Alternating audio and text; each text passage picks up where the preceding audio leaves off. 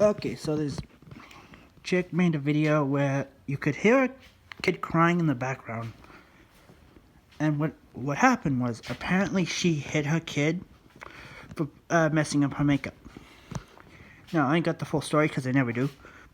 But you catch your kid playing with your makeup, especially your especially in most cases your daughter. You catch your son playing with your makeup, whatever.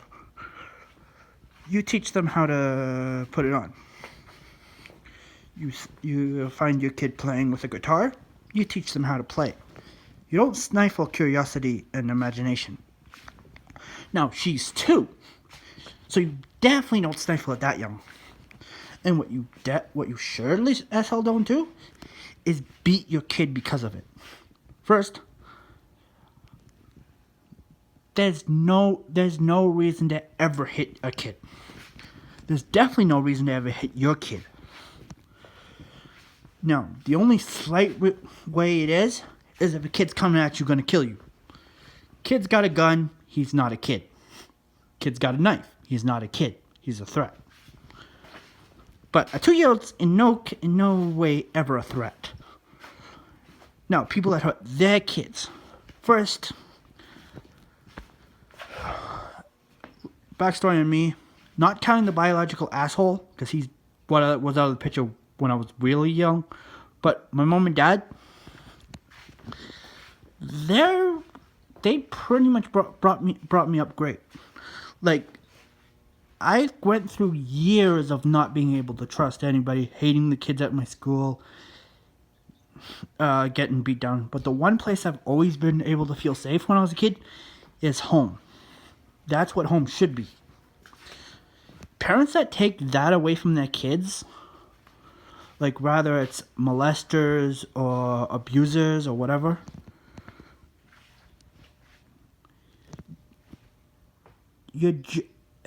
in some ways that's worse than actually killing the kid.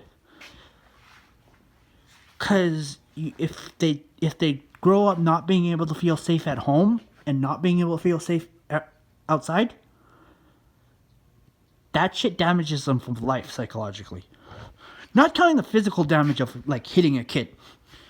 But if she's beating her kid at 2 for makeup, for damaging makeup, yeah, I get, it's expensive. I completely trashed an oven, microwave, my bed. Like, there's a lot of stuff that kids damage. That's worth a lot of money. You deal with it. Now, devil's advocate. Maybe she didn't hit the kid. She's still recording a video with her kid crying in the background. Parents, if you hear your kid crying, most of them wouldn't think of making a video.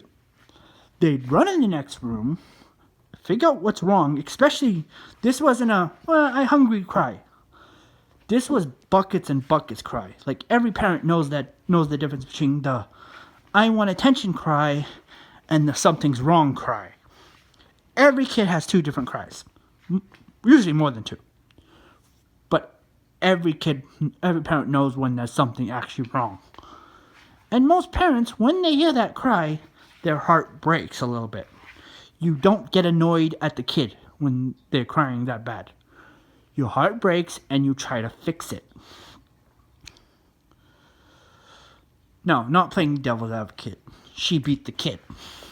First, forgetting about the whole her taking the kid's safety away and her being a bitch of a mom. Let's just put it on paper. A grown-up hitting a child. You're 3 times that kid's size. So what they should do is find someone 3 times your size and let them beat the shit out of you. That's even. Now, you take away that kid's home, safe at home. Every time you go home, that guy beats the shit out of you. For, let's say, a month. Problem solved.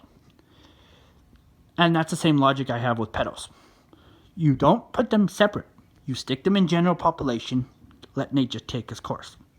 Or when you arrest this chick for beating a kid, same thing. You put them in Gen Pop along with all the mothers that can't see their children, and nature will take its course.